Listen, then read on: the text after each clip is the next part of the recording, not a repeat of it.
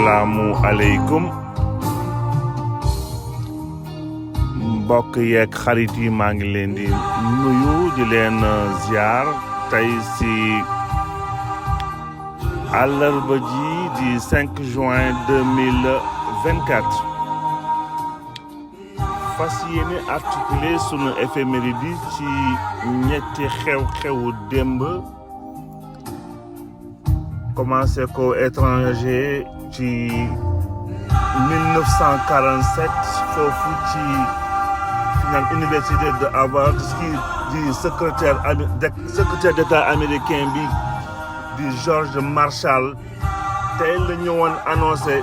ce qu'on appelle la création du plan Marshall. On appelle ça plan Marshall. Voilà, c'était surtout un plan d'aide à la reconstruction économique de l'Europe. Nous sommes en 47, donc nous sommes en Seconde Guerre mondiale. Nous sommes en plan Marshall bi avec complications yi nga xamni bi amon nako. En 1967, on parle de la guerre des 6 jours diggante Israël et ses pays voisins. Ba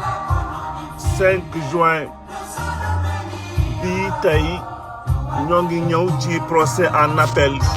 kii di Khalifa Ababacar Sall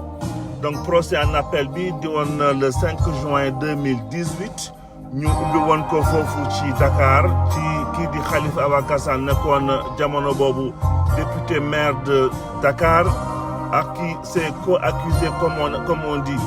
Donc, maire de Dakar bi ñoo ngi ko condamné woon en première instance le 30 mars bi 2018 donc 30 mars bi fexe nañu ba tey le 5 juin bi créé indi seen procès en appel bi war ko pëtëm rapidement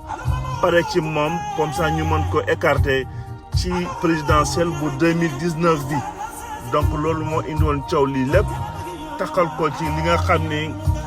ba léegi kenn mënu ko prouver bu fekkee am na lu ci am que moom dong moo ko doon pratiquer ci Sénégal wala ba mën ci génne ay responsabilités am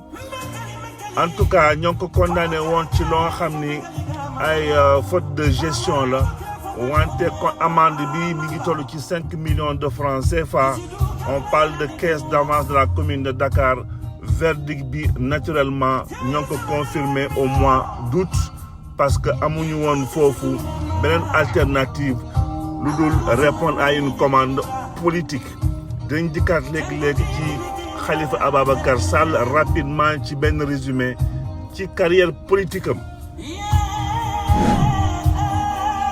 Sans plus tarder ñu attaqué sunu premier élément bi du 5 juin 47 création plan Marshall américain yi bëggoon nañu ñëw indi seen participation manipulée orientée ci soutien bi nga xam ne bi bëggoon nañ ko defal Europe wante soutien bi on parle de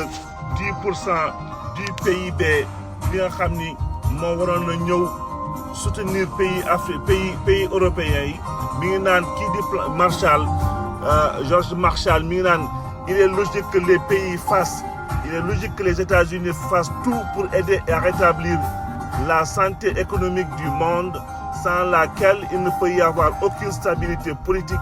aucune paix assurée. On parle de santé économique du monde, on commence déjà par aider l'Europe et on n'aide pas l'Afrique. Bien entendu, c'est avec la Seconde Guerre mondiale, l'Europe moo ci gën a subir ay dégâts matériels, ay dégâts de toutes sortes. Wante plan Marshall bi mi ngi ko orienté woon fii Europe plan Marshall bi amoon na ay complications yu bëri surtout au niveau des pays de l'Est pays plutôt sensibles des Balkans et tout parce que liñ ko tëralee woon mooy li ñu doon seen dimbal lépp dañ doon fexe ba lépp lu ñu doon dimbalee Europe ñu jëndee ko États-Unis donc créer surtout un marché bi nga xam ni moo doon développer les entreprises et les usines américaines donc du woon xaalis boo xam ne bi spécialement lañ koy injecté du woon xaalis bi nga xam ne spécialement dañ koy injecté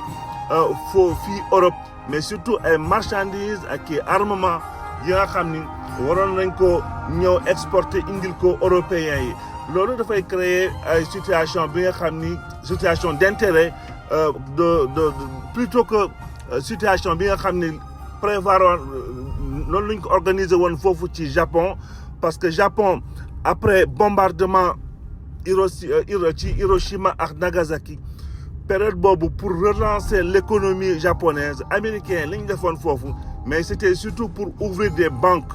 ouvrir ay banques yi nga xam ni ñooy ñëw supporter économie japonaise bi ba génnee Japon des cendres bi nga xam ni ñoom américains yi ñoo leen ci plongé woon c'était pas spécialement la même méthode bi nga xam ni moom la ñu doon bëgg organiser fii Europe donc seen plan Marshall c'était plus pour ouvrir ay marché bi nga xam ni bi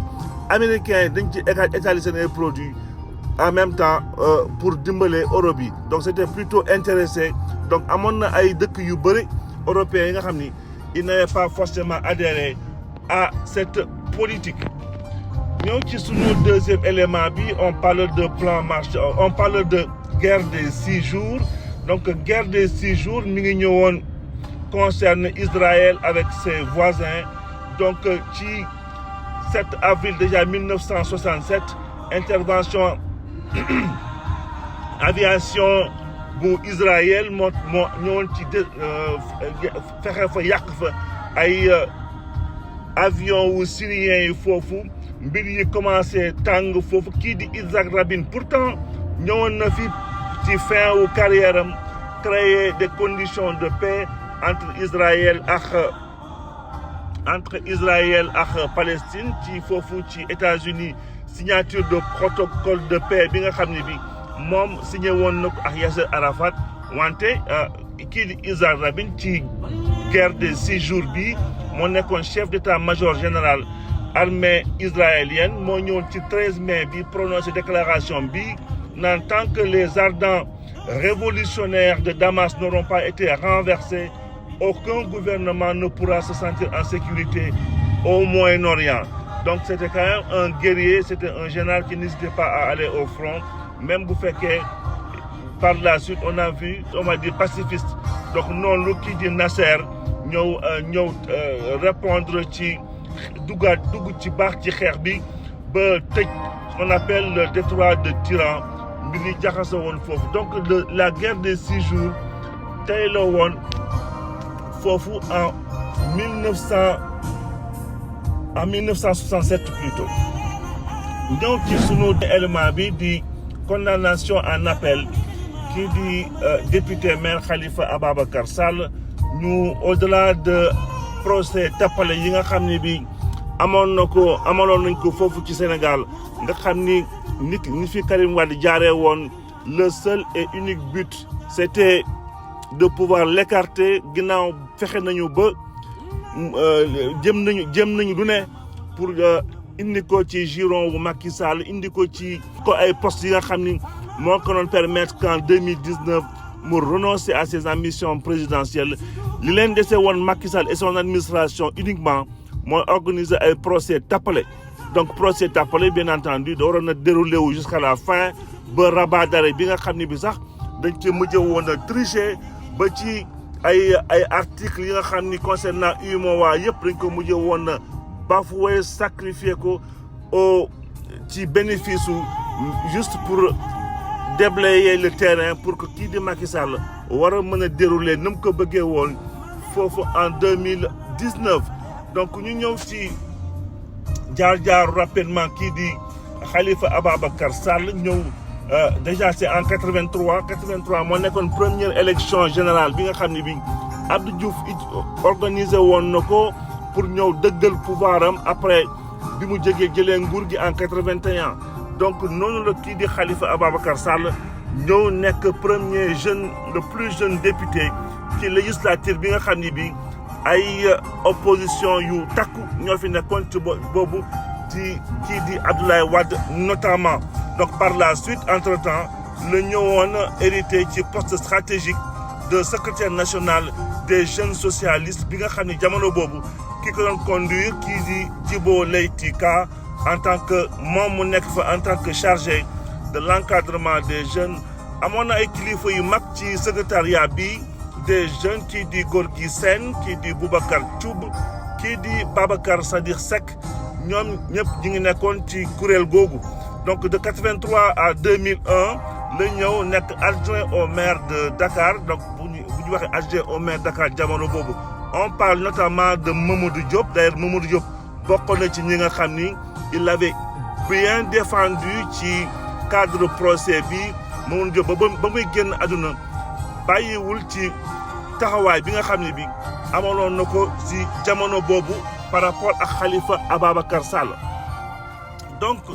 ñëw rek ñëw ci parcours bi nga xam ne bi donc en tant que maire bi de 84 à 2001 parallèlement la nekk fii en 93 ñëw dugg ci gouvernement bi en tant que ministre délégué auprès du premier ministre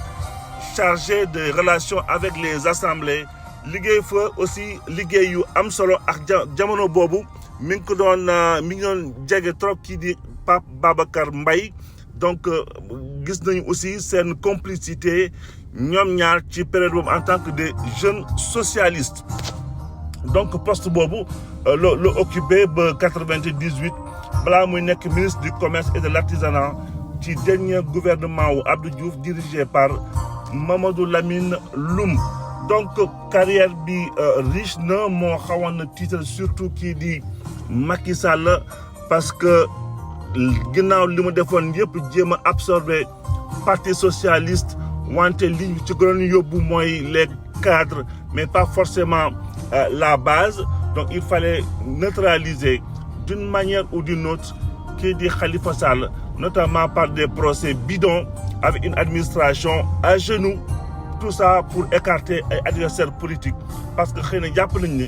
bu ñu li ci desoon ci opposition bi warul woon tere kii di Macky Sall déroulé en 2019 donc di jeexale fii tey sunu FMD di ci ñetti éléments yi ba suba ci alxames ji dikkaat fii yeggale waxtaan bi